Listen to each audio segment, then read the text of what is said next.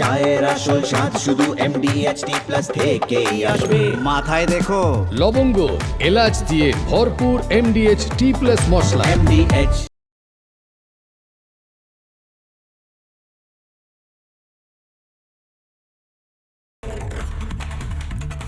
নমস্কার, জবাব চায় বাংলার এই বিশেষ এপিসোডে আমি আজ শুরুতেই একটি কথা বলতে চাই। অনেকের মধ্যে একটা টেনশন কাজ করছে যে লক্ষ্মীর ভাণ্ডার বা বিভিন্ন যে প্রকল্পগুলো চলতো সেই প্রকল্পগুলো কি বিজেপি এসে বন্ধ করে দিল। আমি আবার স্পষ্টভাবে জানাতে চাই, গুজবে কান দেবেন না, মিনমিনে মিডিয়া এটা নিয়ে প্রচার করবেন না।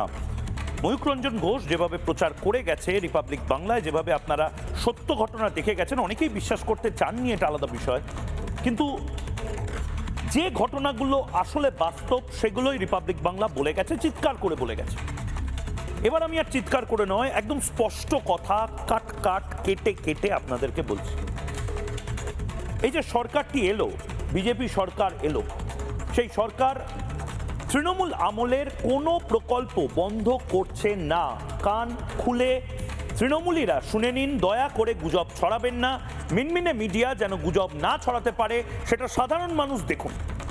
আবারও বলছি, যে যে প্রকল্পগুলো ছিল সেই একটা প্রকল্প বন্ধ হচ্ছে না। হয়তো সাময়িক অসুবিধা হচ্ছে, কারণ এই মুহূর্তে কোনো সরকার বা কোনো দপ্তর নেই, দপ্তরের কোনো মন্ত্রী নেই। কাল থেকে এই গোটা সপ্তাহের মধ্যে একাধিক দপ্তরে মন্ত্রীরা দায়িত্ব নিয়ে নেবেন, আমলাদের নির্দেশ দিতে পারবেন এবং আমলাদেরও যদি কোনো ভুল ত্রুটি থাকে সেগুলো তারা সংশোধন করতে পারবে।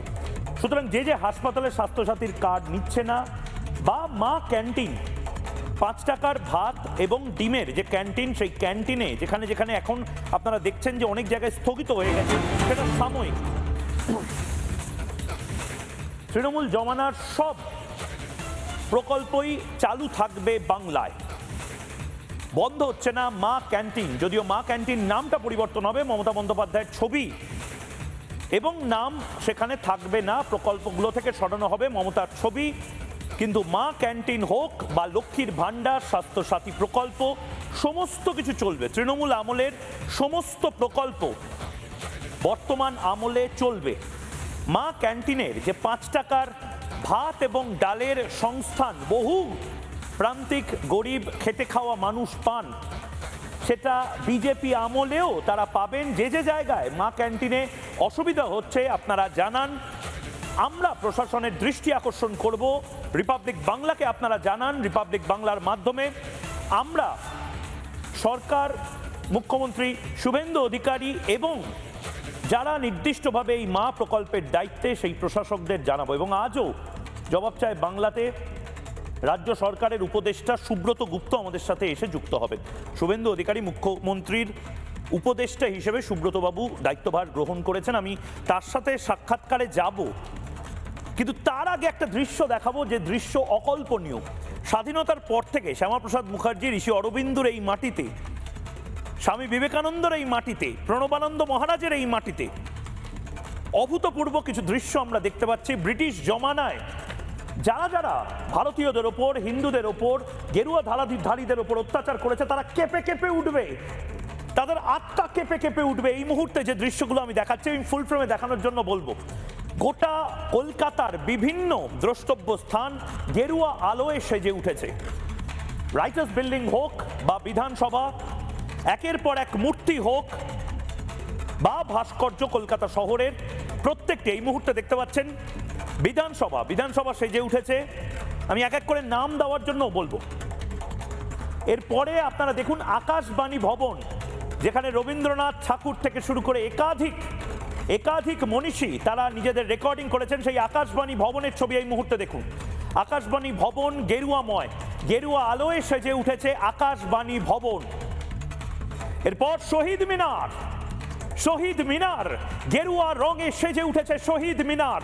কলকাতা শহরের সমস্ত দ্রষ্টব্য স্থানে রং দে তু মোহে গেরুয়া, শহীদ মিনার গেরুয়া রঙে সেজে উঠেছে। এরপর যে দৃশ্য দেখার জন্য গোটা দেশ অপেক্ষা করছিল, শ্যামাপ্রসাদ মুখার্জির অবয়ব, ভারত কেশরী শ্যামাপ্রসাদ মুখার্জির অবয়ব আপনারা দেখতে পাচ্ছেন। সেই ভাস্কর্য সেজে উঠেছে গেরুয়া পতাকায়, গেরুয়া রঙে চারপাশ গেরুয়াময় হয়েছে। এবার আরেকটা ছবি আমি দেখাবো। মহাত্মা গান্ধী, শ্যামাপ্রসাদ মুখার্জি, তাদের অবয়বগুলো সেজে উঠেছে গেরুয়া রঙে। কলকাতা আজ গেরুয়াময়।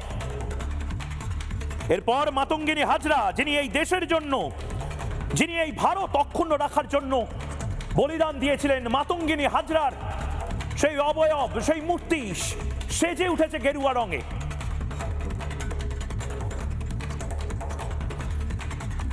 শ্যামাপ্রসাদ মুখার্জির স্বপ্ন পূরণ, মাতঙ্গিনী হাজরার স্বপ্ন পূরণ, ঋষি অরবিন্দুর স্বপ্ন পূরণ। আমি এক এক করে আবার দেখাবো কোন কোন দ্রষ্টব্য স্থান, ল্যান্ডমার্ক সেজে উঠেছে।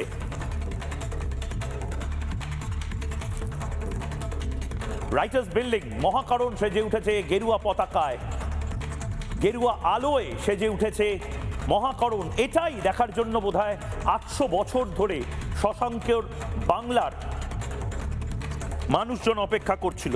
দুটি ছবি এই মুহূর্তে দেখাবো।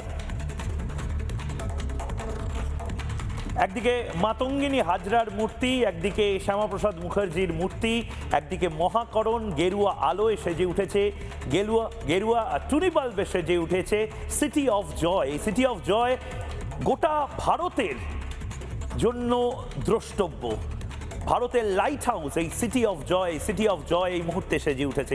এটাই দেখার জন্য 100 বছর 200 বছর ধরে অপেক্ষা করার, এটাই দেখার জন্য গোটা দেশ এই মুহূর্তে অপেক্ষা করছে।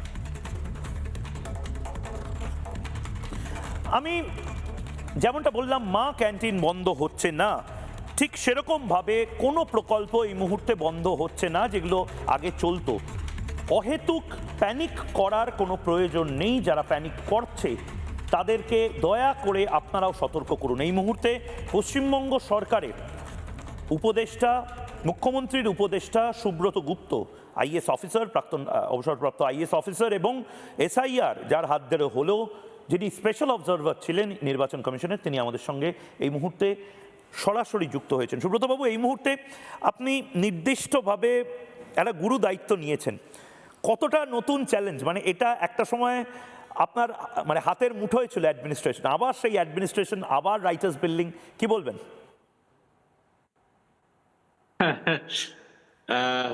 চ্যালেঞ্জ তো বটেই, কারণ সমস্যা অনেক, ফাইন্যান্সিয়াল সিচুয়েশনও খুব মানে কঠিন অবস্থায় আছে। কিন্তু এর মধ্যে জনমুখী যে সমস্ত প্রকল্প রাজ্য সরকার নিতে চাইছে, নেবে, যে সমস্ত ম্যানিফেস্টোয় যে সমস্ত প্রমিস ছিল সেগুলোকে বাস্তবায়িত করার জন্য রাজ্য সরকার বিভিন্ন রকম পদক্ষেপ নিশ্চয়ই নেবে। কালকে ক্যাবিনেট মিটিং হবে। আশা করব যে আমার ধারণা যে মন্ত্রিসভা আছেন, মন্ত্রিসভা এইসব বিবেচনা করে বিভিন্ন সিদ্ধান্ত নেবেন, যেগুলো বিভিন্ন সময় আমরা ম্যানিফেস্টোর মাধ্যমে দেখেছি। সুব্রতবাবু, একটা জিনিস খুব গুরুত্বপূর্ণ, সেটা হচ্ছে আয়ুষ্মান ভারত বা সবুজ সাথীর প্রকল্প, লক্ষ্মীর ভাণ্ডার, এই প্রকল্পগুলো যেগুলো কেন্দ্র রাজ্যের প্রকল্প, অনেকে কনফিউজড হয়ে যাচ্ছে। তৃণমূল আমলে বা প্রাক্তন যে আমল ছিল, সেই আমলের প্রকল্পগুলো নাকি সব স্ক্র্যাপ করে দেওয়া হতে পারে, এমন একটা টেনশন হচ্ছে। একটু যদি বুঝিয়ে বলেন যে এরকম তো কোনো সিদ্ধান্ত নেয়নি বর্তমান সরকার, আপনার কাছে কি কোনো খবর আছে? না, এরকম কোনো সিদ্ধান্তের কোনো খবর নেই। প্রথম কথা হচ্ছে যে কালকে তো ক্যাবিনেট মিটিং আছে, ক্যাবিনেট মিটিংয়েই নতুন নতুন প্রকল্প কি কি নেওয়া যেতে পারে সেই নিয়ে সিদ্ধান্ত হবে। কোনো প্রকল্প স্ক্র্যাপ করার কোনো সিদ্ধান্ত এখন অবধি রাজ্য সরকার নেয়নি।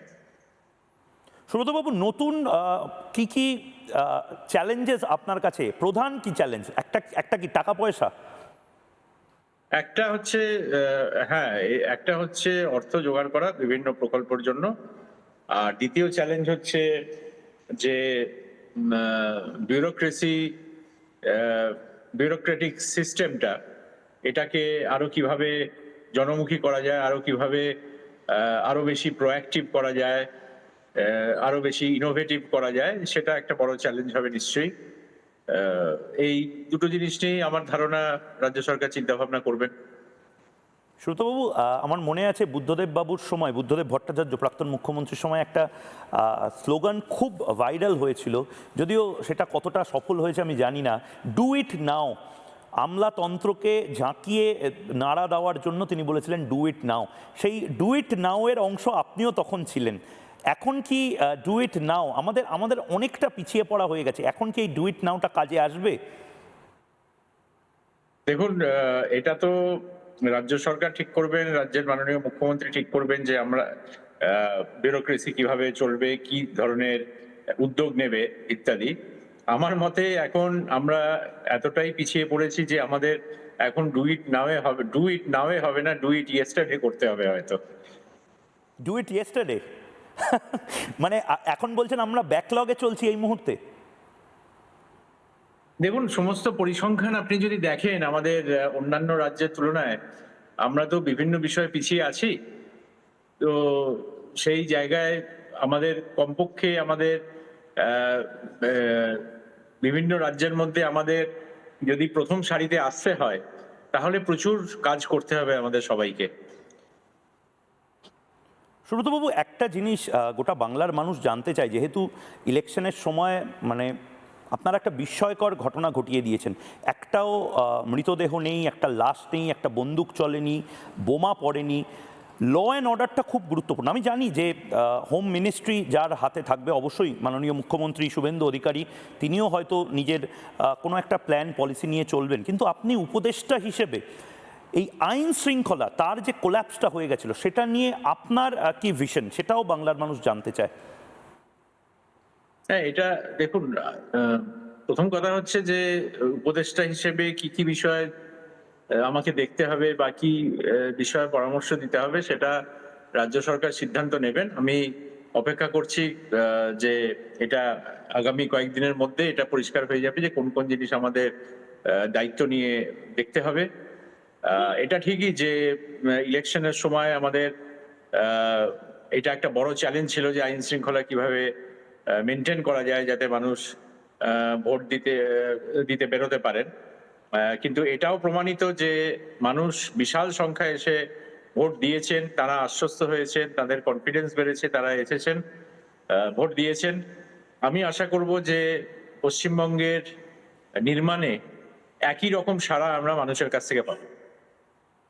সুব্রতবাবু, এটা একটা মডেল হয়ে গেছে। যারা হয়তো আইএস আইপিএস অফিসার তারাও হয়তো কোনো একটা সময় এটা নিয়ে হয়তো পড়বেন এই কেস স্টাডি হিসেবে, যে এই 2026-এ ল অ্যান্ড অর্ডার মেনটেন করার জন্য ইলেকশন কমিশন এবং স্পেশাল অবজারভার সুব্রত গুপ্ত কোন মডেলটা নিয়েছিল, একটু যদি মডেলটা বলেন। মানে এই অসম্ভবকে সম্ভব করলেন কি করে? শুধুমাত্র যারা হিস্ট্রি শিটার বা দাগি অপরাধী তাদেরকে জেলে পাঠিয়ে সেটা কি হয়েছে, না আপনাকে অন্য অনেকভাবে এই ধাপে ধাপে এই কাজটা করতে হয়েছে আপনাদেরকে? এটা আমার মনে হয় খুব এরকম স্বল্প দীর্ঘের প্রোগ্রামে এটা বলা খুব মুশকিল। আমি এটুকু বলতে পারি, এক নম্বর চ্যালেঞ্জ ছিল মানুষকে বিশ্বাস দেওয়া যে তারা নির্ভয় ভোট দিতে পারবেন। আর এই বিশ্বাস দেওয়ার জন্য বিভিন্ন ধরনের কাজ আমাদের করতে হয়েছিল। তার মধ্যে একটা যেমন ছিল, আপনি বললেন হিস্ট্রি শিটার ইত্যাদি, তাদের মানে গ্রেপ্তার করে তাদের কোর্টে চালান করা, সেটা যেরকম একটা দিক ছিল, তেমনি আবার মানুষকে আশ্বস্ত করতে হয়েছিল যে পুরো প্রক্রিয়াটা আমরা ওয়েবকাস্টিং এর মাধ্যমে ধরে রাখবো এবং যেখানে যা ঘটনা ঘটবে তৎক্ষণাৎ সেখানে সেই বিষয়ে যা যা মানে দরকার সেই ধরনের পদক্ষেপ নেওয়া হবে। আমি আপনাকে এটা বলতে পারি যে আমাদের ইন্টিগ্রেটেড কমান্ড সেন্টার থেকে, কমান্ড এবং কন্ট্রোল সেন্টার থেকে আমরা কোনো অভিযোগ পাওয়ার প্রায় 10 থেকে 15 মিনিটের মধ্যে আমরা সেন্ট্রাল আর্ম পুলিশ ফোর্স সেখানে পাঠাতে পেরেছি। অথবা যদি ল অ্যান্ড অর্ডার ইস্যু না হয়ে থাকে, যদি অন্য কোনো ইস্যু হয়ে থাকে, তাহলে সেখানে আমরা তাদের যে প্রিসাইডিং অফিসার আছেন, সেক্টর অফিসার আছেন বা অবজারভার আছেন, তাদের সাথে যোগাযোগ করে তাদের কিছু পদক্ষেপ করতে বলেছি এবং এই পদক্ষেপগুলো প্রায় সব ক্ষেত্রেই আধ ঘন্টার মধ্যে নেওয়া হয়েছে। এতে মানুষের বিশ্বাস হয়েছে যে যা হচ্ছে সেটা ইগনোরড হবে না, সেটা সঙ্গে সঙ্গে তার উপর অ্যাকশন হবে। সুব্রতবাবু, আজকে একটা বড় খবর হয়েছে এবং ইতিমধ্যে আপনিও হয়তো দেখেছেন, 2016 সালের যে ওয়েমার শিট, যেটা নিয়ে এত বিতর্ক ছিল, সেই ওয়েমার শিট প্রকাশ হলো এবং এটা প্রকাশ হতেই, এই খবর সামনে আসতেই চাকরি প্রার্থী যারা, তারা আবার আশায় বুক বাঁধছে। বাংলায় অনেকগুলো এজেন্ডার মধ্যে একটা এই সরকারের অবশ্যই থাকবে চাকরি দেওয়া, এবং ইতিমধ্যে মুখ্যমন্ত্রী বলেছেন স্থায়ীকরণ করা। এটার সাথে দুটো পার্ট জড়িয়ে স্যার। একটা হলো এত টাকা আসবে কোথা থেকে পার্মানেন্ট স্টাফের, এবং দুই, আদৌ এই রিক্রুটমেন্ট পসিবল কি পসিবল নয়? টাকার ব্যাপারটা তো আমি বললাম, এটা নিয়ে মাননীয় মুখ্যমন্ত্রী কালকে একটা আলোচনা করবেন আমাদের সাথে, সচিবদেরও ডাকা হয়েছে সেই মিটিং এ, তাদের কাছ থেকেও পরামর্শ নেওয়া হবে। আর আপনি যেটা বলছেন স্থায়ীকরণের জন্য যে সেই চাকরির ব্যাপারে কি কি পদক্ষেপ নেওয়া যায়, এটা দেখুন, আমি তো এখনো স্টাডি করে উঠতে পারিনি। আমি দেখে তারপর সংশ্লিষ্ট সচিবের সাথে কথা বলবো। সুব্রতবাবু, একটা, যেহেতু গোটা বাংলার আজকে প্রায় কয়েক লক্ষ মানুষ এই মুহূর্তে লাইভ আপনাকে দেখছে, একটা জিনিস না জিজ্ঞেস করে পারছি না আমি, এবং আমাদের মতন মানুষজন জানি যে শুধুমাত্র বুদ্ধদেব বাবু নয়, সিঙ্গুর নিয়ে আপনারও অনেক স্বপ্ন ছিল, এবং আপনি আমার আগের সাক্ষাৎকারেও বলেছিলেন যে সিঙ্গুরকে কি করে ইন্টিগ্রেটেড একটা হাবে তৈরি করা, মানে শুধু গাড়ি নয়, গাড়ির সিট থেকে, সিট বেল্ট থেকে, নাট বল্টু থেকে, গাড়ির পেন্ট কোম্পানি থেকে, সমস্ত কিছু ওই এলাকায় হবে এবং ইস্টার্ন ইন্ডিয়ার সবচেয়ে বড় একটা হাবে তৈরি হবে। এই ধরনের চ্যালেঞ্জ যদি শুভেন্দু অধিকারী আপনাকে নিতে বলে, আপনার কি মনে হয় যে সিঙ্গুরের মতন এরকম বিভিন্ন জায়গা আপনি করতে পারবেন? এক, এবং দুই হলো, সিঙ্গুরে ঠিক কি করেছিলেন একটু যদি আমাদের স্মৃতি রোমন্থন করান। সিঙ্গুরে যে জমি অধিগ্রহণ করা হয়েছিল, সেই জমি অধিগ্রহণ করার পরে টাটা কোম্পানির তাদের অনেকগুলো পরিকাঠামো তৈরি করে দেওয়ার ছিল, যাতে তারা ওখানে কারখানাটা তৈরি করতে পারেন। যেমন ওখানে জল নিকাশি ব্যবস্থা, যেমন ওখানে বাউন্ডারি ওয়ালটা ওরা নিজেরাই করেছিলেন, কিন্তু বাউন্ডারি ওয়াল করার জন্য যা যা সাপোর্ট দরকার সেই সাপোর্টটা দেওয়া, তারপরে ভেতরে বা তার চারদিকে কম্পাউন্ড রাস্তা তৈরি করা, পাওয়ার স্টেশন তৈরি করে দেওয়া, এই যে পরিকাঠামোগত যে সমস্ত জিনিস প্রয়োজন ছিল, এগুলো আমরা সিঙ্গুরের জন্য করে দিয়েছিলাম, এবং ওরাও একই সাথে সমান্তরালভাবে ওরা ওদের কারখানাটা তৈরি করেছিল। আর আপনি যে প্রথম যে প্রশ্ন করলেন যে এরকম আবার উদ্যোগ নেওয়া যায় কিনা, আমি বলবো নিশ্চয়ই নেওয়া যায় উদ্যোগ, কিন্তু আমাদের পক্ষ থেকে ইনভেস্টর যারা যারা মানে উদ্যোগ স্থাপন করবেন এখানে, তাদের অ্যাট্রাক্ট করতে হবে। কারণ এখন তো এটা তো একটা প্রতিযোগিতার যুগ, সমস্ত রাজ্যই চাইছে যে তাদের রাজ্যে কারখানা স্থাপন হোক। অনেকে বিভিন্ন রকমের পরিকল্পনা করছেন, বিভিন্ন রকমের সাহায্য দিচ্ছেন, বিভিন্ন রকমের ইনসেনটিভ দিচ্ছেন। তো সেই প্রতিযোগিতায় আমাদের যদি সাফল্য পেতে হয়, তাহলে আমাদের তার চেয়ে ভালো কিছু দিতে হবে। কিন্তু শিল্পের জন্য তো জমি দরকার, মানে যেটা বারবার বিরোধীরা বলতেন একটা সময়, যে আকাশে তো শিল্প হবে না। রাজ্য সরকারের তো জমির ব্যাংকিং এই মুহূর্তে খুবই কম, এবং থাকলেও সেটার ইয়ার মার্কিং, তার নিরাপত্তা, এই সমস্ত কিছু তো একটা বড় সমস্যা হবে। না, সমস্যা যে একেবারে নেই আমি বলবো না, কিন্তু সমস্যা থাকলে তার সমাধানও আছে, সেটা আমাদের করতে হবে। আমি একটা জিনিস আপনাকে মনে করিয়ে দিতে চাই, সিঙ্গুরের জমি অধিগ্রহণ এবং তার পরবর্তী সমস্যার পরে আমরা প্রায় 7,000 একর জমি অধিগ্রহণ করেছিলাম বিভিন্ন জায়গায়, যার উপরে আপনার পানাগড়ের ইন্ডাস্ট্রিয়াল হাব হয়েছে, বিদ্যাসাগর ইন্ডাস্ট্রিয়াল পার্ক হয়েছে খড়গপুরে, আপনার অন্ডালে যে এরোট্রোপলিস যে বিমানবন্দর, প্রাইভেট বিমানবন্দর, সেটা তৈরি হয়েছে। সেখান থেকে দৈনিক 8টা-9টা ফ্লাইট এখন যায় দেশের বিভিন্ন অংশে, এমনকি থাইল্যান্ডেও যায় শুনেছি। তো এগুলো সবই হয়েছিল সিঙ্গুর পরবর্তী সময়। সুতরাং সিঙ্গুর একটা হয়ে গেছে বলে আগামী দিনে কিছু সম্ভব নয়, এটা মনে করার কোনো কারণ নেই। সুব্রতবাবু, আমার একেবারে, যেহেতু আমি শেষের দিকে আসছি, বর্ধমানের আপনি একটা সময় জেলা প্রশাসক ছিলেন, আপনি বিভিন্ন জেলায় কাজ করেছেন, এবং এটা বললে খুব একটা বাড়তি বলা হবে না যে আপনি বাংলার জেলাগুলোকে একেবারে হাতের তালুর মতন চেনেন।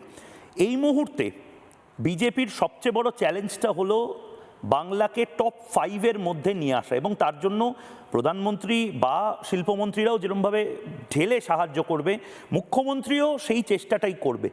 আপনার কিন্তু এই মুহূর্তে মানে ভ্যান্টেজ পয়েন্ট অনেক, কিন্তু কোন কোন জেলায় কি কি করা যায়, মানে যদি বলেন যে মানে যেরকম ভাঙড়ে কি সত্যি ডেটা সেন্টার খোলা যায়, বর্ধমানে ঠিক কি করা যায়, এটা যদি আমি আপনাকে হাইপোথেটিক্যালি জিজ্ঞেস করি, আপনার কি উত্তর হবে?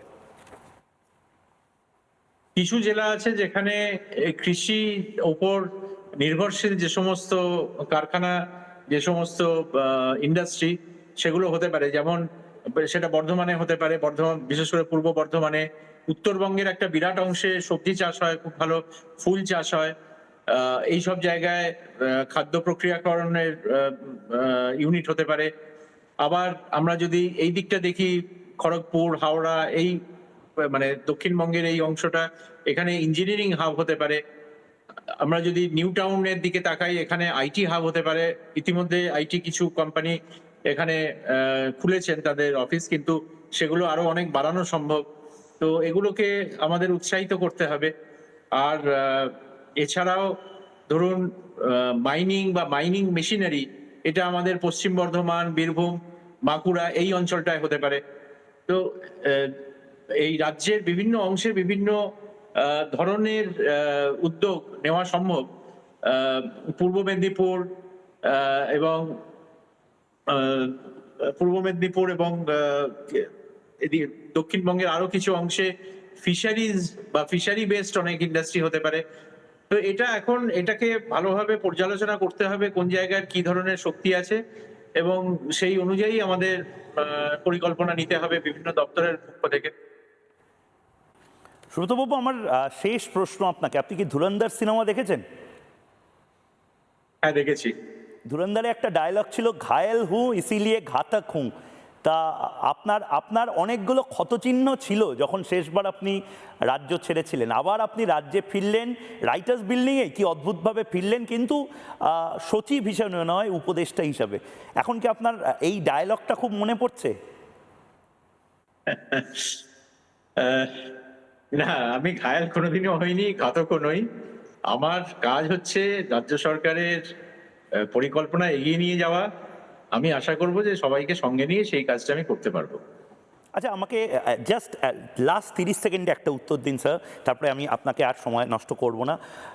অনেক সমালোচক বলছে যে শুভেন্দু অধিকারী মুখ্যমন্ত্রীর সাথে কাজ করবেন বলেই আপনি গোটা বাংলায় এত মানুষের নাম বাদ দিলেন, এত কিছু করলেন। এটাকে আপনি কি করে কমব্যাট করবেন, এটার ডিফেন্ড আপনি কি করে করবেন? আমি আগেও বলেছি, আবারও বলছি, নাম বাদ দেওয়ার যে প্রক্রিয়া, নাম বাদ দেওয়া যেটা নিয়ে সবারই প্রশ্ন, সেই নাম বাদ দেওয়াটা কিন্তু নির্বাচন কমিশন করেননি। সেই নাম বাদ দেওয়া বা সেগুলো কনসিডার করার কাজ, সেটা সুপ্রিম কোর্টের নির্দেশে কলকাতা হাইকোর্টের তত্ত্বাবধানে জুডিশিয়াল অফিসাররা করেছেন, এবং তারা যেটা সঠিক মনে করেছেন আমার ধারণা সেইভাবেই তারা করেছেন। সুতরাং এখানে আমি জুডিশিয়ারির ওপর কোনো প্রশ্ন রাখতেই চাই না। এক নম্বর, যা নথি ছিল সেই নথির উপর দাঁড়িয়ে তারা সিদ্ধান্ত নিয়েছেন। আর আপনি বলছেন যে ইলেকশনের কথা, এটা তো আমার উত্তর দেওয়ার কিছু নেই, এটা মানুষ উত্তর দেবে। 93% মানুষ যদি ভোট দিয়ে থাকেন, তাহলে সেটাই তো এর উত্তর, যে এটা কোনো বিশেষ পার্টির হয়ে কাজ করা হয়েছে, নাকি সাধারণ মানুষ যাতে তাদের মত প্রকাশ করতে পারে সেই অনুযায়ী কাজ করা হয়েছে। বেশ, অনেক ধন্যবাদ। পশ্চিমবঙ্গ সরকারের নতুন উপদেষ্টা, মুখ্যমন্ত্রীর উপদেষ্টা সুব্রত গুপ্ত, গোটা বাংলা এই মুহূর্তে যাদের দিকে তাকিয়ে রয়েছে তাদের মধ্যে থেকে অন্যতম। আশা করি এরপর আপনার যে যাত্রা, সেই যাত্রা শুভ হবে, এবং আপনিও কুর্সি কি পেটি বাঁধকে এই যে রাজ্য, সেই রাজ্যের যে প্লেন, সেই প্লেনটা ওড়ানোর কাজটা করবেন। অনেক অনেক ধন্যবাদ সুব্রতবাবু, ময়ূকের সাথে কথা বলার জন্য, রিপাবলিক বাংলায় আসার জন্য। নমস্কার। সুব্রতবাবুর পাশাপাশি আরেকটা খুব সুখবর দিয়ে আজকে এই জবাব চায় বাংলা শুরু করছি। স্টুডিওতে এই মুহূর্তে অতিথিরা চলে এসেছেন, অতিথিদের কাছেও যাব, কিন্তু এই মুহূর্তে প্রধানমন্ত্রী নরেন্দ্র মোদী যে কথাটা বলেছিলেন, অমিত শাহ যে কথাটা বলেছিলেন, সেই কথা একটু একটু করে বাস্তবায়ন করার প্রথম ধাপ। আজকে ডেট টাইমটা লিখে নেবেন। এই যে খবরটা আজ ময়ূক ব্রেক করছে, আমি জানি না ময়ূক 5 বছর পর কি করবে, কিংবা আপনারা ময়ূককে মনে রাখবেন কিনা রিপাবলিক বাংলা চ্যানেলে, আজকের যে ব্রেকিং, সেই ব্রেকিংটা মনে রাখবেন, আজ থেকে 5 বছর পরে এর ফল হাতে নাতে পাবে বাংলার ছেলেমেয়েরা। আপনার সন্তান সেদিন আর ব্যাঙ্গালোর, পুনে বা মুম্বাইতে যাবে না যদি এটা ক্লিক করে যায় এবং 1 বছরের মধ্যে কাজটা শুরু হয়ে যায়, ভিত্তিপ্রস্তর স্থাপন হয়। এই মুহূর্তে ব্রেকিং নিউজ, গুগলের সাথে কথা বলেছে ভারত সরকার। মোদী শাহের প্রতিশ্রুতি মতো সোনার বাংলার শিল্পের পুনরুজ্জীবন প্রজেক্ট শুরু করে দিল অশ্বিনী বৈষ্ণব। বাংলাকে গ্লোবাল ইন্ডাস্ট্রি হাব হিসেবে তুলে ধরতে আগ্রহী মোদী সরকার। বিনিয়োগ গন্তব্য হোক বাংলা, প্রস্তাব গুগলকে। গুগলের মতন টেকনোলজিক্যাল জায়ান্টকে প্রস্তাব দিয়েছেন অশ্বিনী বৈষ্ণব। আপনারা জানেন ইনফরমেশন টেকনোলজি মিনিস্টার অশ্বিনী বৈষ্ণব, তিনি গুগলকে এই মুহূর্তে বাংলায় আনার জন্য বদ্ধপরিকর এবং এটা যদি ক্লিক করে যায় রাজ্য সরকারকে এই মুহূর্তে, আমি জানি না বাংলার পরবর্তী শিল্পমন্ত্রী কে হবেন, যারা এই মুহূর্তে বিধায়করা আছেন তারা শুনুন, দয়া করে অশ্বিনী বৈষ্ণবের বা প্রধানমন্ত্রী নরেন্দ্র মোদীর যে স্বপ্ন, এই স্বপ্নটা যদি ক্লিক করে যায়, গোটা বাংলা কিন্তু আর পেছনের দিকে নয় সামনের দিকে তাকাবে এবং 5 ট্রিলিয়ন ইকোনমির দিকে ভারত চটচর করে এগিয়ে যাবে। আপনার মনে হচ্ছে ভারতবর্ষের অন্যান্য রাজ্যকে নিয়ে 5 ট্রিলিয়ন ইকোনমি বানানো যাবে যদি বাংলা পেছনের দিকে হাঁটে? বাংলাকে নিয়েই বানাতে হবে এবং কেন্দ্রীয় সরকার আলবাত এটা বোঝে। এবং কেন্দ্রীয় সরকার যদি গুগলকে এখানে অনুরোধ করে কনভিন্স করাতে পারে যে এখানকার মানব সম্পদ গোটা পৃথিবীতে ছড়িয়ে আছে, তোমাদের কোম্পানিতেই যারা কাজ করছে গুগলে, বিভিন্ন আমেরিকা, ইংল্যান্ড, সিঙ্গাপুর, হায়দ্রাবাদ, এই সমস্ত জায়গায়, আরে তাদের মধ্যে থেকে বেশিরভাগই বাঙালি, এরা বাইরে গিয়ে কাজ করছে পরিযায়ী শ্রমিকের মতন। এদের সবাইকে নিয়ে নিজে কলকাতা শহরে বা যে কোনো রাজ্যে, যে কোনো জেলাতে বলো কত জমি চাই, বলো জল কত চাই, রাস্তা কত চাই, সমস্ত কিছু বলো, গুগলকে এখানে আনতে হবে। গুগল, মাইক্রোসফট, ফেসবুক, মেটা, এক্সের মতন কোম্পানি, ইলন মাস্কের মতন কোম্পানি যদি একবার আসে এবং এটা যদি ক্লিক করে যায়, বাংলাকে আর পেছনের দিকে তাকাতে হবে না। একটা বড় আন্তর্জাতিক ব্র্যান্ড চাই, যারা হয়তো সিঙ্গুরে করবে, জামালপুরে করবে, দমদমে বা হয়তো জগদ্দলে একটা ইনভেস্টমেন্ট করবে। আমি অনুরোধ করব 207 জন এমএলএদেরকে ঝাঁপিয়ে পড়ুন। যদি তাদের মনে হয় 10 দিনের মধ্যে রাস্তা করতে হবে, প্লিজ সবাই মিলে রাস্তা করার জন্য বলুন। যদি আপনার মনে হয় যে এই মুহূর্তে গুগলকে আনানোর জন্য আইন শৃঙ্খলাকে দিন রাত এক করে ঠিক করতে হবে, প্লিজ সবাই মিলে রাত পাহারা দিয়ে করুন। কিন্তু গুগলকে, মাইক্রোসফটকে বাংলায় আনতে হবেই। আজ যে খবরটা ব্রেক করছি, আগামী 5 বছর পর আপনারা দেখবেন এবং বুঝবেন যে আমরা কি চেয়েছিলাম, কি পেলাম। এই মুহূর্তে আমাদের সাথে বিধায়করা যুক্ত হয়েছেন, আমি বিধায়কদের কাছে যাব খুব নির্দিষ্টভাবে।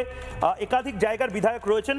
অরুণ হালদার জামালপুরের বিধায়ক রয়েছেন এই মুহূর্তে, অরিজিৎ বক্সি রয়েছেন বিধায়ক দমদম, এবং রাজেশ কুমার রয়েছেন বিধায়ক জগদ্দল। আমি অরিজিৎ দা আপনার কাছ থেকে শুরু করতে চাই। দমদম একটা সময় ইন্ডাস্ট্রিয়াল হাব ছিল। প্রধানমন্ত্রী নরেন্দ্র মোদী দমদমে জনসভা করে বলেছিলেন আমি দমদমের মোড় ঘুরিয়ে দেবো যদি বিজেপি সরকারে আসে। আর আজ অশ্বিনী বৈষ্ণবরা ঝাঁপাচ্ছে গুগলকে আনার জন্য, কি বলবেন? হ্যাঁ, একেবারেই। যেটা নির্বাচনের আগে মাননীয় প্রধানমন্ত্রী নরেন্দ্র মোদীজির একদম খোলা গলায় অঙ্গীকার ছিল যে বাংলাকে নতুন করে গড়ে তোলা হবে, পশ্চিমবঙ্গকে নতুন করে গড়ে তোলা হবে। এবং আমি সেই কথার সূত্র ধরেই বলতে চাই, সেই গড়ে তোলার যদি সবচেয়ে আদর্শ কোনো জায়গা, কোনো বিধানসভা হতে পারে, সেটা হলো দমদম। কেন? কারণ এই দমদম কিন্তু একসময় একদম একটা বিশাল ইন্ডাস্ট্রিয়াল বেল্ট ছিল। এখানে দমদমের যেসব কোম্পানি, যেটা সারা ভারতবর্ষের গর্ব ছিল, এই যেসব কোম্পানি ভারতবর্ষকে হাওড়া ব্রিজ দিয়েছে, সেকেন্ড হুগলি ব্রিজ দিয়েছে, হলদিয়া ডকের স্লুইস গেট, সেই জায়ান্টিক স্লুইস গেট দিয়েছে, সেই যেসব কোম্পানি আজকে কি 2013-তে রাজ্য সরকারের মানে পূর্ববর্তী রাজ্য সরকারের অধিগ্রহণের পরে কিভাবে সেই যেসব কোম্পানিকে চুরি করে করে তাদের সমস্ত মানে ওয়ার্কশপ থেকে শুরু করে মেশিনারিজ খালি করে দেওয়া হয়েছে, আজকে তার কঙ্কালসার চেহারাটা পড়ে রয়েছে। আমি তো হাত জোর করে, আপনি যে কথাটা একটু আগে বললেন যে 207 জন বিধায়কের কথা বলছিলেন, আমি তো কাল থেকে সম্মানীয় আমাদের জননেতা মুখ্যমন্ত্রী শুভেন্দু অধিকারী মহাশয়ের সামনে তো আমি হাত জোর করে মানে অনুরোধ, প্রার্থনা, নিবেদন যা বলবেন আমি সেটাই করব যে এই যে যেসবের বিস্তীর্ণ যে এরিয়া দমদমের মধ্যে রয়েছে, সেখানে যুগোপযোগী শিল্প, এই গুগল হোক, মাইক্রোসফট হোক, সেমিকন্ডাক্টর হাব হোক, আইটি হাব হোক, বা যে কোনো স্পেশাল ইকোনমিক জোন হোক, এই জায়গাটাকে এক্সপ্লয়েট করা হোক। যদি বলেন ল অ্যান্ড অর্ডার, আমি কথা দিয়ে যাচ্ছি আপনাদের চ্যানেলে বসে, যে শিল্পপতি বা যে কোম্পানি এখানে আসবে তাদের সাথে একমাত্র সরকার এবং সরকারি প্রতিনিধিরা ছাড়া তার বাইরের দলের, বিজেপির বা অন্য যে কোনো কেউ তাদেরকে 1 মিনিটের জন্য বিরক্ত করবে না, তাদের শিল্প স্থাপনের পথে বাধা হয়ে দাঁড়াবে না। এটা আমি আপনাদের চ্যানেলে বসে অঙ্গীকার করে যাচ্ছি। দারুণ দারুণ দারুণ। এবং আমি দ্বিতীয় যে বিষয়টা, এই অ্যাপ্রোচটা আমার ধারণা, দেখুন নেতাদের কিন্তু রং বদলায়, ঢং বদলায়, জামা বদলায়, এটা দয়া করে অরিজিৎদা, এটা যেন আপনারা এই প্রথম দিন যেটা বললেন 3 বছর পরেও দয়া করে যেন এটা বলবেন, আপনারা শিল্প তাড়ুয়া যেন না হয়ে যান অরিজিৎদা। এইটা কিন্তু গোটা বাংলার পক্ষ থেকে আমাদের অনুরোধ। মানে আমি আপনার কথার কন্টিনিউশন করি, একটা কথা বলি, আমি কিন্তু দমদমে বহিরাগত নই, আমি দমদমের ছেলে, দমদমের ভূমিপুত্র। মানুষ আমাকে ঢেলে আশীর্বাদ দিয়েছে। দমদমের 39টা পুরসভার ওয়ার্ডের মধ্যে 38টায় বিজেপি লিড করেছে এই নির্বাচনে। তাই আমার বাড়ি দমদমে, আমার পরিবার দমদমে, আমার সন্তান দমদমে। আমাকে সারা বছর দমদমের মানুষকে সাথে নিয়ে চলতে হবে। আমার আগামী বাকি জীবনটুকুও দমদমেই কাটবে। সুতরাং এখান থেকে আমার পালিয়ে যাবার তো কোনো জায়গা নেই, উপায় নেই। দমদমের মানুষের আশা আকাঙ্ক্ষা পূরণের যে প্রতিশ্রুতি ভারতীয় জনতা পার্টি এবং তাদের প্রার্থী হিসাবে আমি দিয়ে তাদের আশীর্বাদ চেয়েছি, সেখান থেকে তো আমার মুখ ফেরাবার কোনো জায়গাই নেই।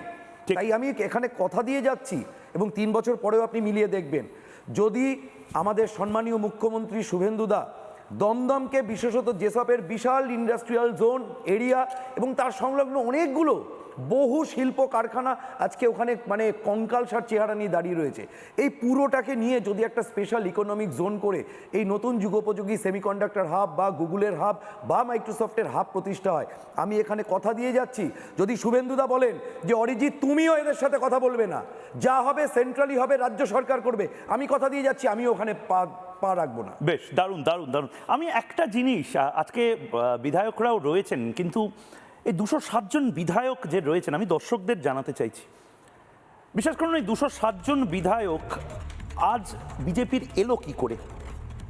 শুধুমাত্র প্রচার, শুধুমাত্র বিজ্ঞাপন, শুধুমাত্র বিভিন্ন ঘরে ঘরে গিয়ে বিজেপির মানুষজন তারা মানুষকে বললেন আর এটা হলো, সত্যিই হলো।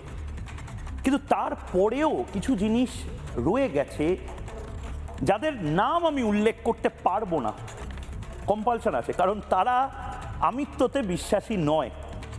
তারা ছায়া মানুষের মতন পেছন থেকে কাজটা করবেন, কাজটা করেছেন এবং সাইকেল নিয়ে অন্য কোনো রাজ্যে হয়তো চলে গেছেন আবার কোনো জাগরণের কাজে। এবং মজার কথা হলো, এরকম প্রায় 2 লাখ নিজেদেরকে স্বয়ংসেবক বলেন, তারা একজনও বিজেপির হয়ে কিন্তু প্রচার করেননি। তারা শুধুমাত্র গ্রামে গ্রামে পাড়ায় পাড়ায় গিয়ে বলেছেন, আপনার হিন্দুত্বকে রক্ষা করার জন্য এবারই শেষবারের নির্বাচন, আপনার যাকে মনে হয় যে হিন্দুত্বকে রক্ষা করতে পারছে, যে ছেলেটাকে মনে হয় হিন্দুত্বের জন্য বুক চিতিয়ে চোখে চোখ রেখে আপনার সাথে লড়াই করবে, রোহিঙ্গাদের আটকে দেবে, এই বাংলায় যাকে মনে হয় অনুপ্রবেশকারীদের হয়ে কথা বলবে না, 12টা বাজিয়ে দেওয়ার কথা বলবে না একটা কমিউনিটিকে, তাকে ভোট দিন। কিন্তু হিন্দুত্বের জাগরণ প্রয়োজন। এবং কি অদ্ভুতভাবে এবার 99% হিন্দু কনসলিডেশন হয়েছে। আরএসএস, রাষ্ট্রীয় স্বয়ংসেবক সংঘ, এই আরএসএস গোটা বাংলায়, সেই ছবিগুলো আমি যখন বলছি, তাদের নাম, তাদের পরিচয়, এই সমস্ত কিছু আমি আবারও বলছি যে আমরা বলতে পারবো না, কারণ তারা নিজেরাই চান না যে কোনো ব্যক্তিকে নিয়ে একটা অনুষ্ঠান হোক, খবরের কাগজে ছাপা হোক। লক্ষ লক্ষ ছেলে মেয়ে, লক্ষ লক্ষ মানুষজন এই মুহূর্তে ট্রেনে বসে আছেন, যে আপনার পাশে বসে রয়েছে সে হয়তো আরএসএস করে, আপনি জানেনও না। যে পুলিশ কর্মী চোয়াল শক্ত করে মেরুদণ্ডটা সোজা করে এবারের নির্বাচনটা হয়তো পরিচালনা করেছে, সেও হয়তো স্বয়ংসেবক। এই মুহূর্তে আপনার চারপাশে যারা ঘুরে বেড়াচ্ছে তাদের মধ্যে থেকে একজন অন্তত হয়তো স্বয়ংসেবক। এবং এরকম 2 লাখ স্বয়ংসেবক বিভিন্ন জায়গায় যারা শাখার মধ্যে নিজেদেরকে একাত্মবোধ করেন, তারা প্রত্যেকে এবারের নির্বাচনে অংশ নিয়েছেন এবং বিশ্বাস করুন সামাজিকভাবে অংশ নিয়েছেন। তারা কেউ ঢেরা পিটিয়ে ঢাক ঢোল বাজিয়ে বলেনি এই বিজেপিকে ভোট দাও, বিজেপিকে ভোট দাও, বিজেপিকে ভোট দাও। তারা শুধুমাত্র বলেছিল এবারই শেষবার। এবার যদি হিন্দুত্বের লড়াইটা আমরা না করতে পারি, এবার যদি আমরা এই রুখে দিতে না পারি, তাহলে এরপর কচুকাটা করা হবে দীপু দাসের মতন আমাদেরকে। চারপাশে এরকম বহুজন আছে। মমতা বন্দ্যোপাধ্যায় ভেবেছেন যে বিজেপি বোধহয় ইভিএম চুরি করেছেন। না, মমতা বন্দ্যোপাধ্যায় বুঝতেই পারেননি এই মাকুশেকু লবি, এই মাকুলার সেকুলার মিনমিনে মিডিয়া, তারা বুঝতেই পারেনি যে আরএসএস এর পেনিট্রেশন, ডিপ পেনিট্রেশন এবং মাইক্রো পেনিট্রেশন কাকে বলে। তারা বড় বড় লেকচার মেরেছে যাদবপুর বিশ্ববিদ্যালয়, আরএসএস কোনো লেকচারের মধ্যে যায়নি। আপনার পাশে যে ব্যক্তি বসে রয়েছে তার বন্ধুর সাথে আরএসএস 3টে বৈঠক করেছে, এবং বৈঠকটাও ঢাক ঢোল পিটিয়ে এসি ঘরে নয়, হয়তো বাস স্ট্যান্ডে 8 ঘন্টার জন্য, হয়তো আপনার বাড়িতে রাত কাটিয়েছে। এবং প্রতি জায়গাতে যারা আরএসএস এর হয়ে কাজ করেছে তাদেরকেও বাংলার মানুষ স্যালিউট করছে। তারা হয়তো মুচকি হাসছে এই মুহূর্তে, কারণ তাদের নামও আমি বলবো না, তারাও বলবে না, কিন্তু তারাও জানে, আমরাও জানি, বাংলা জানে যে এবার এই স্বয়ংসেবকরা কি করেছে। এই মুহূর্তে যে ব্রেকিং নিউজ, 2026-এ ভোটের আগে প্রচারে জোর ছিল আরএসএস এর, অভূতপূর্ব তৃণমূল স্তরের, বাংলায় নিচু স্তরের প্রচারে জোর দিয়েছিল আরএসএস। 2026-এর এই লড়াইকে সামনে রেখে 1,75,000-এরও বেশি সামাজিক বৈঠক করেছে এবং বুথ স্তর পর্যন্ত কর্মীদের কাছে পৌঁছে সংগঠনকে সক্রিয় করেছে 2 লাখ স্বয়ংসেবক। 1,75,000-এর বেশি বৈঠক, জাগরণ এবং তার পাশাপাশি বিভিন্ন মণ্ডলে মণ্ডলে কাজ।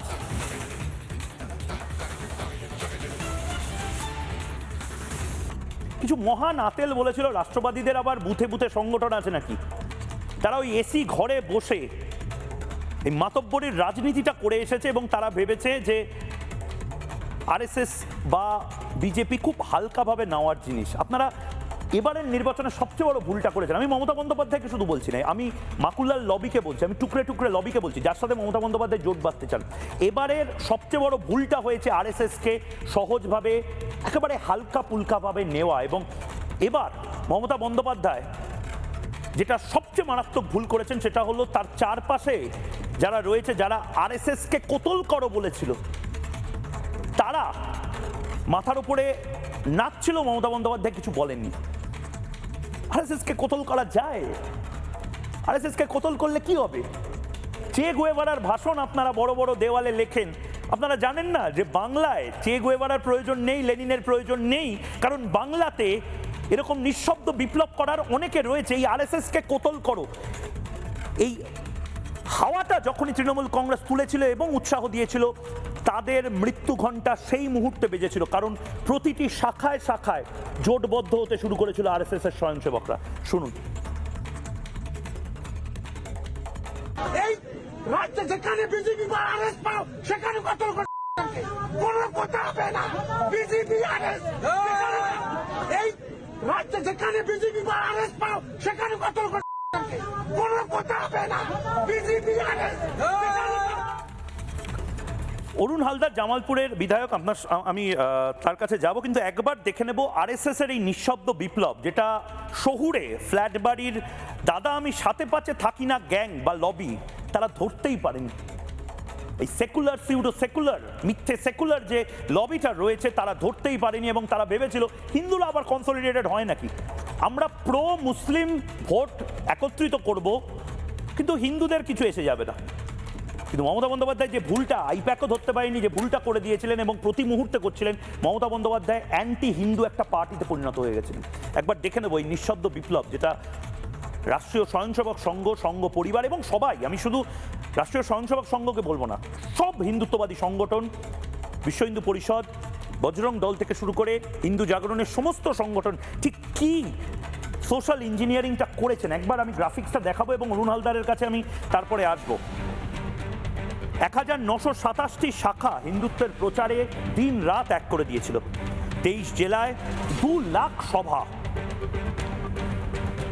উত্তরবঙ্গে 6,000 স্বয়ংসেবক 8 মাস ধরে পড়েছিলেন 10,758 খানা সাপ্তাহিক মিলন হয়েছিল।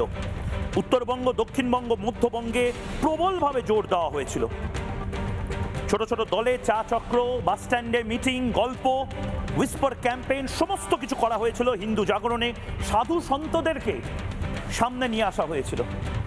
অরুণ হালদার, এবার মানে বলে না যে সব কাঠবেড়ালি একসাথে রাম সেতু বানানোর জন্য এই লড়াইটা করেছিল, কারণ এবারই শেষ লড়াই ছিল। কি বলবেন? দেখুন, আপনি যে কথাটা বলেছেন যে অনেক মানুষ পর্দার আড়াল থেকে, যাদের কখনো দেখা যায় না, হ্যাঁ, মানে আমি এর আগে কিছু স্বয়ংসেবকের কথা বলেছি, তারা আমাকে বলেছে ময়ূক এটা করো না, আমরা পেছনে থাকি, আমরা ক্যামেরার পেছনে থাকি, তোমরা খুব ভালো কাজ করছো, তোমরা নিজেদের ব্যাপারে কাজ করো। মানে এইটা কে বলে আমি প্রচারের যুগে? আমি যে আমার নিজের সিটে 262 সিট পশ্চিমবাংলা যদি হারার লিস্টে নাম্বারে 1 নম্বরে থাকে তো ওই সিটটা ছিল জামালপুর। হারাতে যদি 1 নম্বরে থাকবে, এইরকম একটা সি ক্যাটাগরির সিটকে যখন আমাকে টিকিট দিল, আমার পক্ষে আমার এই সংগঠন ছাড়া, তাদের হেল্প ছাড়া ওই সিট আমি নির্দ্বিধায় অন ক্যামেরায় স্বীকার করছি, কোনো মতে ওই সিট বের করা সম্ভব হতো না। কিন্তু আমি নিজে একজন স্বয়ংসেবক, আমি 1985 সালের স্বয়ংসেবক। তারপরে আমি বিশ্ব হিন্দু পরিষদ এবং পরবর্তীকালে বিজেপি আমি আমার এলাকায় স্টার্টিং করি। আমি একদম গ্রাসরুট থেকে কাজ শুরু করি। তো আমি সেই জন্য আমাকে ধরতে খুব সুবিধা হয়ে গেছিলো এবং আমি যথারীতি তাদের সাথে মিটিং করে, এবং তারা আমাকে যে গাইডলাইন দিয়েছিল এবং আমার যে সমস্যাগুলো ছিল ওখানে তাদেরকে বলাই, একদম সেখানে তারা প্রতিজ্ঞা করেছিল যে আপনার এই সিট আমরা জেতাবো, এবং সেই জন্য তারা নিঃশব্দে যেভাবে কাজ করে এমনভাবে তারা বেরিয়ে গেল সেখান থেকে যে আমরা ওই সিটটা জিতে গেলাম শেষ অবধি। ঠিক, কেউ কল্পনা করতে পারেনি যে এবার জামালপুর জিতবে। এবং এটা আপনি নিজে বিধায়ক হয়ে যে স্বীকার করছেন যে হারা সিট, মানে এভাবে সোশ্যাল ইঞ্জিনিয়ারিং করে যে জেতা যায়। এবং আমার হাসি পাচ্ছে যে এই স্টুডিওতে বসেই অনেক বিজ্ঞ, অনেক প্রাজ্ঞ ব্যক্তি, বামপন্থী ব্যক্তি, তারা বলেছিল দূর বিজেপির কোনো সংগঠন আছে, দূর বিজেপির কি মণ্ডল বলা হচ্ছে, মণ্ডলে তাদের লোক আছে, তারা ধরতে পারেনি এবারের সোশ্যাল ইঞ্জিনিয়ারিং। মমতা বন্দ্যোপাধ্যায় খালি ইভিএম করে গেছেন।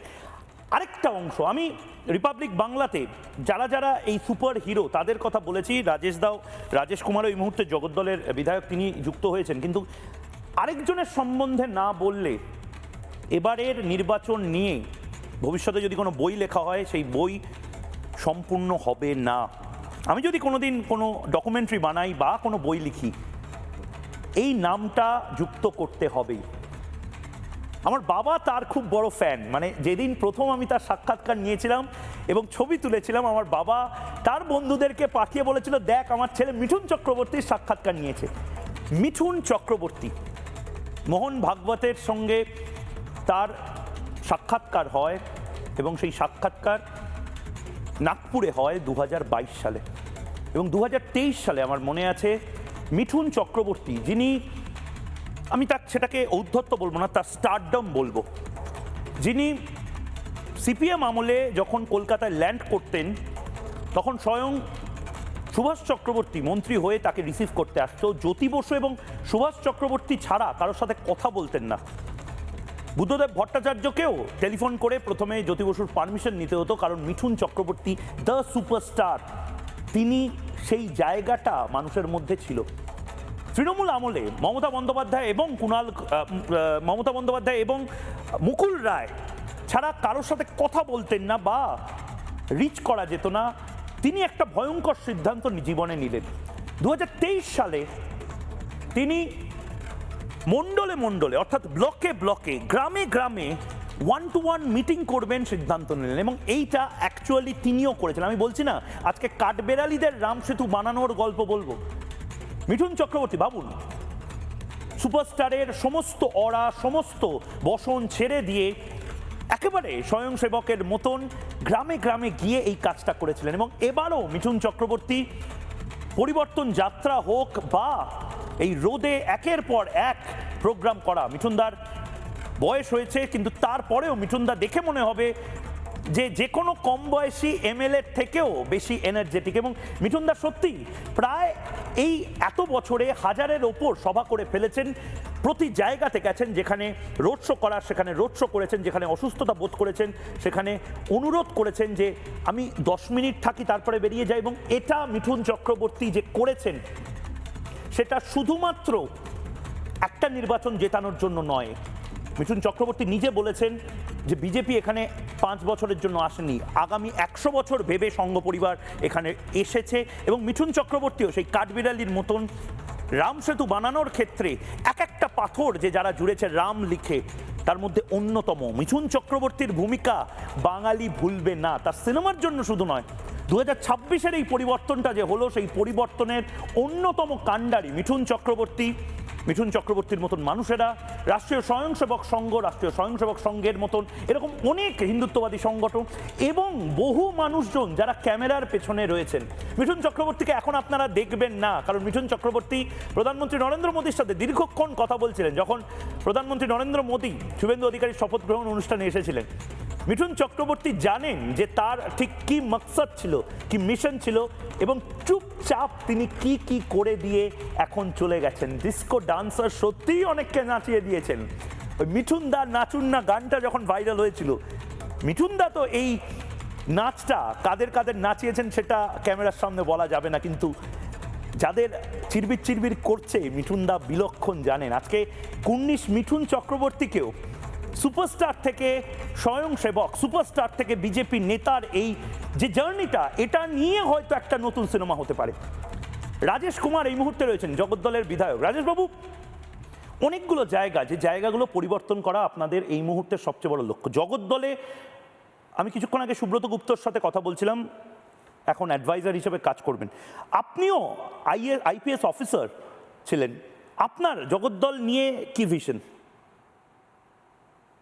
नहीं, जगद्दल तो দেখুন একটা ইন্ডাস্ট্রিয়াল হাব, আর এই ইন্ডাস্ট্রিয়াল হাব যেখানে অনেকগুলো ইন্ডাস্ট্রিকে বন্ধ করে দেওয়া হয়েছে, যেমন রামস্বরূপ ইন্ডাস্ট্রি আছে, অন্নপূর্ণা কটন মিল আছে, অনেক জুট মিল আছে, যেসব বন্ধ হয়ে গেছে, কর্মসংস্থানগুলো চলে গেছে। আমাদের বাচ্চারা এখান থেকে পরিযায়ী শ্রমিক হয়ে বাইরে যাচ্ছে। মা বাবারা সবসময় আমাকে একটাই জিনিস বলেছে কি আমাদের বাচ্চারা বাইরে থাকছে, এখানে কোনো কাজের ব্যবস্থা যেন হয়। তো ওই জিনিসটা এখানে হবে। অনেকগুলো মানে মিডিয়াম স্কেল যে ইন্ডাস্ট্রিজ গুলো আছে, স্মল স্কেল ইন্ডাস্ট্রিজ আছে, যেখানে অনেক কাজের ব্যবস্থা হবে, ওগুলো এখানে করা যেতে পারে। গ্লোবাল ক্যাপাসিটি সেন্টার্স এবং আইটি রিলেটেড অনেক জিনিস, যেহেতু আমরা তো এয়ারপোর্ট থেকে মাত্র 30 মিনিটের দূরে আছি, তো এত ভালো লোকেশন কল্যাণী এক্সপ্রেসওয়ে হওয়ার জন্য এখন তো জায়গারও অভাব নেই, প্লাস মানে এত এয়ারপোর্টের অ্যাপ্রোচের কোনো ডিস্টেন্স আর খুব বেশি নেই। তো আমরা অনেক ভালো ভালো কাজ এখানে করতে পারবো। কেন ইন্ডাস্ট্রি বন্ধ হলো? এদের তোলাবাজির জন্য। এরা যে ক্রিমিনালদেরকে ইন্ডাস্ট্রিতে ঢুকিয়েছে, যাদেরকে পেমেন্ট করতে হয়েছে এবং কোনো মতো তাদের কোনো অ্যাকাউন্টেবিলিটি নেই, তার জন্য ইন্ডাস্ট্রিগুলো সিক হয়ে গেছে। এবং যে আমাদের বিধায়ক, উনাকে তো এখানে জানাই যেত একটাই নামে। আপনি বলছেন 30 মিনিট এয়ারপোর্ট থেকে, আমি তো যতদূর জানি চৌরঙ্গি বলে যে এলাকাটা রয়েছে, সেখানে যে পরিমাণ জ্যাম হয়, সেই জ্যামে আটকে থাকা আর ব্যাঙ্গালোর পৌঁছে যাওয়ার মধ্যে একই ডিস্টেন্স লাগে। চৌরঙ্গির জ্যাম বা এই যানজট নিয়ে বিধায়ক সাহেব কি বলবেন? ওটা আপনি ইনসাইড টাউনের মধ্যে বলছেন, আমি বলছি কল্যাণী এক্সপ্রেসওয়ে অব্দি তো খুব ভালো আছে। তারপরে আমাদের যে মেইন প্রবলেম হচ্ছে কি, যে রেলওয়ের যে ক্রসিং গুলো আছে, কোনোটাই এখন অব্দি ফ্লাইওভার দিয়ে আন্ডারপাস দিয়ে করা নেই। তো ওটা তো আমরা এখন টেক আপ করবো, বিকজ আগের সরকার তো কোনো মতো হয়তো জায়গায় দেয়নি, কিছু কাজ করতে দেয়নি। এখন যেভাবে আপনি বললেন, আমাদের অশ্বিনী বৈষ্ণব সাহেব যে জিনিসগুলো অ্যানাউন্স করেছেন আইটির ক্ষেত্রে, এখানেও আপনি দেখবেন আইদার আন্ডারপাস ইয়া ওভারব্রিজ, এই দুটা জিনিস যদি হয়ে যায়, তাহলে এই যে জামটা হয়, বিকজ 25-30 মিনিট যে রেলওয়ে সিগনালে যদি লেগে যায়, তাহলে দুদিকেই জাম হয়ে যাবে, তারপরে ওই টাইমটা লেগে যায়। তারপরে আপনি দেখবেন এই জিনিসটা হয়ে গেলে কোনো জামই এখানে থাকবে না। আপনি জগদ্দল কেন চোখে দেখবেন? রাজেশবাবু, আমার শেষ প্রশ্ন, খুব স্বল্প সময়, যেহেতু আপনি নিজে পুলিশিং সিস্টেমের সাথে যুক্ত ছিলেন, এই গোটা আপনার যে এলাকা, সেখানকার ট্রাফিক সিস্টেম এবং ল অ্যান্ড অর্ডার, পুলিশ সেখানে বারবার বলা হয় যে তৃণমূলের হয়ে কাজ করেছে। আপনি কি পুলিশে কিছু রিফর্মস আনবেন? ডেফিনেটলি পুলিশের রিফর্ম আনার প্রয়োজন আছে। আমি যখন আপনার এখানে এসেছিলাম তখনও তাই বলেছিলাম, 5% অফিসার চটি চাটা, যাদেরকে সব গুরুত্বপূর্ণ কাজ দেওয়ার জন্য কোনো কাজ ওরা করেনি, বাজে লিডারশিপ দিয়েছে। 95% পুলিশ অফিসার খুব ভালো আছে, তারা প্রফেশনালি কাজ করবে। এখানে আপনি দেখবেন এই ক্রিমিনাল অ্যাক্টিভিটিজের উপরেও কন্ট্রোল আসবে এবং ট্রাফিকের মধ্যেও অনেকগুলো উন্নতি এখানে হতে পারবে। প্লাস দেখুন, আমরা রেলওয়ের যে সিগন্যালগুলোর যদি সমস্যাটা সলভ করে দিই, তাহলে এখানে ট্রাফিকের প্রবলেম একদম সলভ হয়ে যাবে। ক্রিমিনালদের উপরে টাফ অ্যাকশন নিলে এই যে ধরনের তোলাবাজি বা ক্রাইম হয় ওটা বন্ধ হবে। ঠিক ঠিক আমার একেবারে সময় শেষ, কিন্তু একটা ব্রেকিং নিউজ নিতেই হবে। চিরদিন কাহারও সমান নাই যায়, আজ যে রাজা ধীরাজ কাল সে ভিক্ষা চায়। শুভেন্দু অধিকারী বলেছিলেন আমি নবান্নতে ঢুকবো না, যেদিন সিএম হব সেদিন নবান্নতে ঢুকবো, কারণ নবান্নের সামনে থেকে শুভেন্দু অধিকারীকে যেভাবে প্রিজন ভ্যানে তুলে নিয়ে যাওয়া হয়েছিল এবং সেই সময় মহিলা পুলিশদেরকে দিয়ে কেস দেওয়ার চেষ্টা হয়েছিল। কাল শুভেন্দু অধিকারী নবান্নে যাচ্ছেন, প্রথম administrative meeting. Guard of honour দেওয়ার জন্য ইতিমধ্যে লাইন পড়ে গেছে। সোমবার সকালে গার্ড অফ অনার দেওয়া হবে নতুন মুখ্যমন্ত্রী শুভেন্দু অধিকারীকে। সকাল 9:30 নবান্নে গার্ড অফ অনার দেওয়া হবে পশ্চিমবঙ্গ পুলিশের তরফ থেকে। এরপর দুপুর 12:30 সচিবদের সঙ্গে বৈঠক, দুপুর 1:30 বিধায়কদের সঙ্গে বৈঠক। নবান্নে বৈঠক করবেন মুখ্যমন্ত্রী শুভেন্দু অধিকারী। বিকেল 4টের সময় জেলা শাসকদের সঙ্গে বৈঠক, জেলা শাসকদের সঙ্গে বৈঠক করবেন শুভেন্দু অধিকারী এবং বিকেল 5টায় পুলিশের সঙ্গে বৈঠক করবেন মুখ্যমন্ত্রী। এক নতুন যুগ শুরু, শুভেন্দু যুগ শুরু নবান্নেতে। আমি বারবার বলছি না, অভিষেক বন্দ্যোপাধ্যায়ের এই দম্ভ, তৃণমূল কংগ্রেসের এই অহংকারের জন্য আজকে মমতা বন্দ্যোপাধ্যায় চুরমার হয়ে গেল একটা প্রাণের দল। এবং মমতা বন্দ্যোপাধ্যায় যাদেরকে টাকা দিয়ে, সুযোগ সুবিধা দিয়ে তার চারপাশে রেখেছিলেন, সেই সেলিব্রিটিরা, তাদেরকে নিয়ে তো কি বলবো। কাল বড় ফাইল খুলতে চলেছে এই সেলিব্রিটিদের নিয়ে। উল্টে দেখুন পাল্টে গেছে সেলিব্রিটিরা, পাল্টিবাজ সেলিব্রিটিরা। আর সিনিয়র মিনমিনে মিডিয়ার তিনি তো বাপরে বাপ। আমি শুনলাম সিনিয়র মিনমিনে তার যে টেলারিং দোকান, সে টেলারিং দোকানে বলেছেন ভাই আমাকে সমস্ত গেরুয়া কোট দাও, গেরুয়া টাই দাও। মিনমিনে অফিসে এই মুহূর্তে দেওয়াল থেকে শুরু করে সব কিছু গেরুয়া করে নেওয়া হচ্ছে। এই সমস্ত কিছু হচ্ছে, তার একটা হিন্ট নেব। হিন্টটা কি? হিন্টটা হলো এই মিনমিনে মিডিয়ার পরিবর্তনের একটা বড় কারণ হলো ডিপ স্টেটের দেওয়ালে পিঠ থেকে যাওয়া। মিনমিনে মিডিয়া বুঝতে পারছে যে ক্রমশ তাদের ন্যারেটিভ আর কাজ করছে না। কোনোদিন মিনমিনে মিডিয়াকে দেখেছেন ডিপ স্টেট নিয়ে একটা অনুষ্ঠান করতে? ময়ূক তো 5 বছর ধরে আপনাদেরকে বুঝিয়েছে, গ্রামে গ্রামে বুঝিয়েছে ডিপ স্টেট কি। ভাই গুপ্ত রাষ্ট্রের ফাঁদে পড়ো না, দেখো বাংলাদেশে কি হয়েছে। মিনমিনে মিডিয়ার সিনিয়র মিনমিনে, আমার এখনো মনে আছে 5ই আগস্ট 2024 যখন ক্ষতবিক্ষত করে দিচ্ছে আমাকে বাংলাদেশের জেহাদিরা, তখন আমার দেশে, আমার রাজ্যে, আমার শহরে মিনমিনে মিডিয়া আমাকে সমালোচনা করে অনুষ্ঠান করছে যে দেখো ময়ূক রঞ্জন ঘোষ বাংলাদেশের এই বিপ্লবকে বলছে জামাতিদের নারকীয় উল্লাস। আমি সেদিনও বলেছি, আজকেও বলছি, এটা নারকীয় উল্লাস ছিল, এটা নৈরাজ্য ছিল। এবং একটা হিন্ট দিচ্ছি, এবার নতুন করে অনেক কিছু বদলাবে। কেন জানেন? নবান্নতে এবার গেরুয়া রং লাগিয়ে দেওয়া হয়েছে, অর্থাৎ গোটা লাইটিংটা সেটা গেরুয়া করে দেওয়া হয়েছে এই মুহূর্তে নবান্নতে। নীল সাদা নবান্ন বদলে যাচ্ছে গেরুয়া রং। এই মুহূর্তে যে ছবি আপনারা দেখতে পাচ্ছেন ফুল ফ্রেমে, সেই ছবি দেখাবো। নবান্নতে যারা দর্শক তারাই আমাকে ছবি পাঠাচ্ছেন, নবান্ন গেরুয়াময়। এই মিনমিনেরা যারা মমতা বন্দ্যোপাধ্যায়কে ভুল বুঝিয়ে এসেছেন তাদের দিন শেষ। নবান্নতে রিপাবলিক বাংলাকে নিয়ে যারা কুৎসা করে গেছেন সেই মিনমিনে মিডিয়াদের দিন শেষ। নবান্নতে গেরুয়া রঙে রাঙিয়ে দেওয়া হলো নবান্ন। একটা ছোট্ট বিরতি নেব এবং তারপর ময়ূক ফিরে আসবে, সঙ্গে থাকুন।